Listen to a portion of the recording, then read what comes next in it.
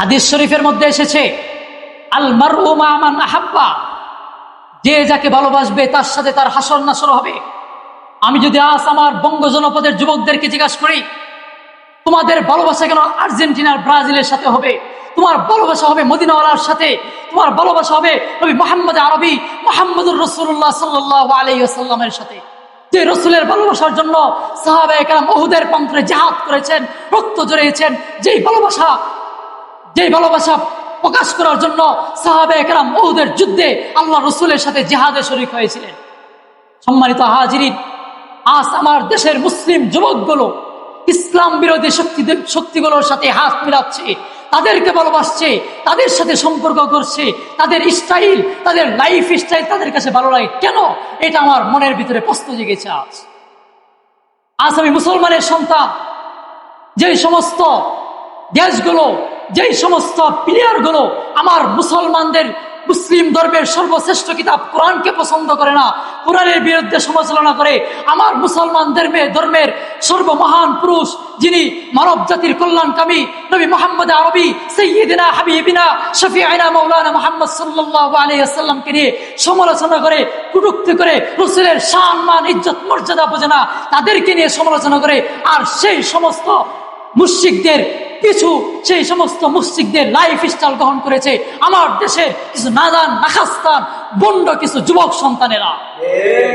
সম্মানিত হাজিরিন, আমি বলি, হে যুবক সন্তানেরা, আসো তাকিয়ে দেখো ইসলাম ধর্মে আল্লাহ রাসূল সাল্লাল্লাহু আলাইহি সাল্লাম কত সুন্দরভাবে তোমাদেরকে ডেকে বলেছেন, আসো ইসলামের ছায়াতলে গ্রহণ করো, তোমরা ইসলামের সৌন্দর্য গ্রহণ করো। ইসলামে আল্লাহর হাবিব কি বলেছেন? বিধর্মীদের লাইফ স্টাইল থেকে বেঁচে থাকার জন্য আল্লাহ রাসূল দুহাত ভরে আমাদেরকে ডেকেছেন। সম্মানিত হাজিরিন, আজ আমাদের বাংলাদেশের জনপদে বাসায় বাসায় দেয়ালের ছাদের দিকে তাকালে দেখা যায় আর্জেন্টিনার ব্রাজিলের পতাকা উঠছে।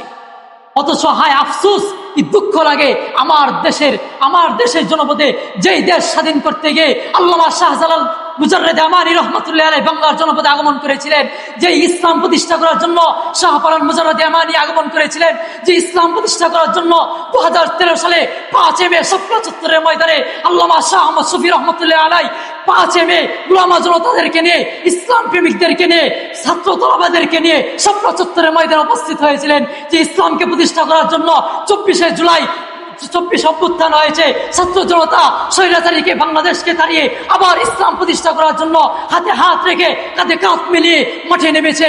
সেই ইসলামকে ধূলিসাৎ করার জন্য সেই সমস্ত নাস্তিকতাবাদগুলো বাংলার জনপদের মধ্যে আর্জেন্টিনার ব্রাজিলের পতাকা উত্তোলন করছে, অথচ লা ইলাহা ইল্লাল্লাহ ইসলাম ধর্মের পতাকা দেখা যাচ্ছে না। সম্মানিত হাজিরিন, ইসলামের পতাকা কোথায়? আল্লাহর কালামের পতাকা কোথায়? ইসলামী খেলাফত কোথায়? গণতন্ত্র নামক সেই গণতন্ত্র নামক নাস্তিকতাবাদ মতবাদ আজকে আমাদের ঘরে ঘরে প্রবেশ করেছে।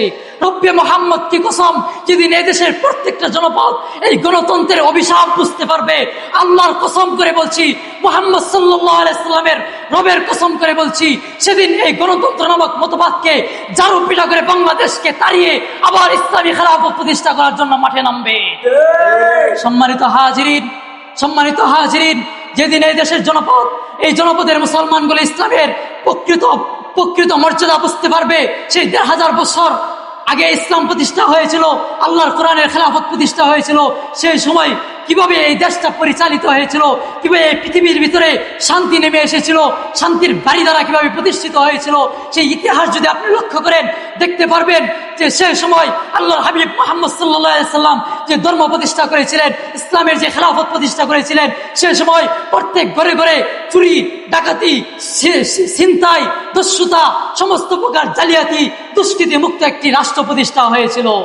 সম্মানিত হাজিরিন, এজন্য আসুন, যদি আমরা এই সমাজ থেকে চুরি, ডাকাতি, দস্যুতা, জালিয়াতি, দুষ্কৃতি মুক্ত একটি সমাজ গঠন করতে চাই, তাহলে আসুন কুরআন সুন্নাহ ভিত্তিক একটি সমাজ গঠন করি, একটি রাষ্ট্র গঠন করি।